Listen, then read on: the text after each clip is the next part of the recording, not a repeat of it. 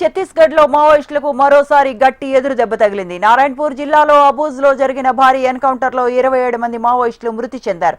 భద్రతా బలగాల ఎదురు కాల్పుల్లో మావోయిస్టు అగ్రనేత నంబాళ కేశవరావు అలియాస్ బసవరాజు మరణించినట్లు తెలుస్తోంది.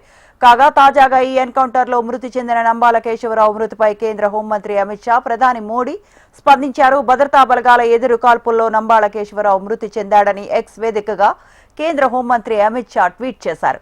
మావోయిస్ట్ పార్టీ చరిత్రలో ఇంత పెద్ద నేత చనిపోవటం ఇదే తొలిసారి అని అమిత్ షా వెల్లడించారు. ఆపరేషన్ బ్లాక్ ఫారెస్ట్ తర్వాత 54 మంది మావోయిస్టులను అరెస్ట్ చేశామని, 84 మంది మావోయిస్టులు లొంగిపోయారని అమిత్ షా ట్వీట్ లో తెలిపారు.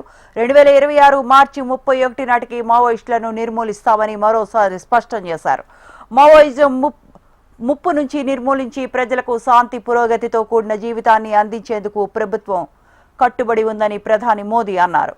ఈ సందర్భంగా ఆపరేషన్లో పాల్గొన్న భద్రతా బలగాలను ప్రధాని మోదీ ప్రశంసించారు.